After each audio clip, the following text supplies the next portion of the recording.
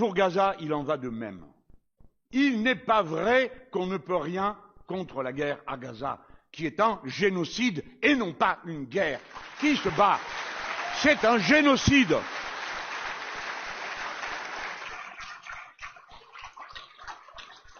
Et nous traiter d'antisémites pour nous faire taire, pour que ça marche, il aurait fallu une certaine économie de l'usage du mot.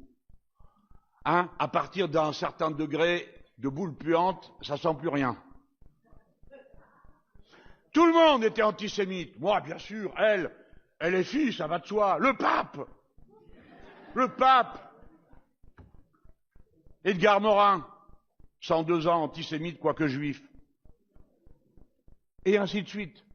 L'ONU, Guterres, le fou meurtrier, qui est ministre de je ne sais plus quoi, dans le gouvernement de M. Netanyahou, qui traite Antonio Guterres, le secrétaire général de l'ONU, en disant c'est un antisémite qui est à la tête d'une organisation antisémite. Oui, il marche avec des chaussures antisémites, sur un sol antisémite. Vous êtes devenu fou, vous êtes dingue. C'est pour ça que vous êtes dangereux. C'est parce que vous êtes dingue.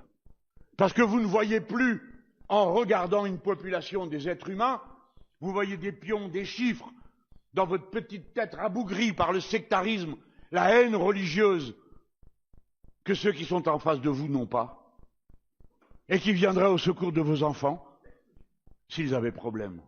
Ces meurtres sont une honte, et ceux qui les commettent ne sont pas seulement honteux, mais flétrissent la société dans laquelle ils vivent. Tsahal est l'armée la plus immorale du monde. Voilà ce qu'elle est. Une école du crime. Alors, ah bon, je suppose que d'autres gens viendront avec des pancartes pour hurler après moi, mais ça ne changera rien. Je suis parfaitement capable, comme vous tous, de faire la différence entre ce qui relève d'un gouvernement et ce qui relève d'un peuple. Ce qui relève d'un peuple et ce qui relève d'un être humain. Tout à l'heure, j'étais à Lille, et parmi les personnes qui ont parlé pour défendre le secrétaire général de l'Union départementale de la CGT, il y avait la présidente de l'Union des Juifs pour la paix. Nous ne tomberons pas dans le racisme dans lequel les autres veulent nous enfermer. Mais que chacun se le dise, chacun, quelle que soit sa religion, quelle que soit la communauté à laquelle il se sent rattaché, chacun est personnellement responsable. Ceux qui se taisent sont complices du meurtre, sont complices du crime.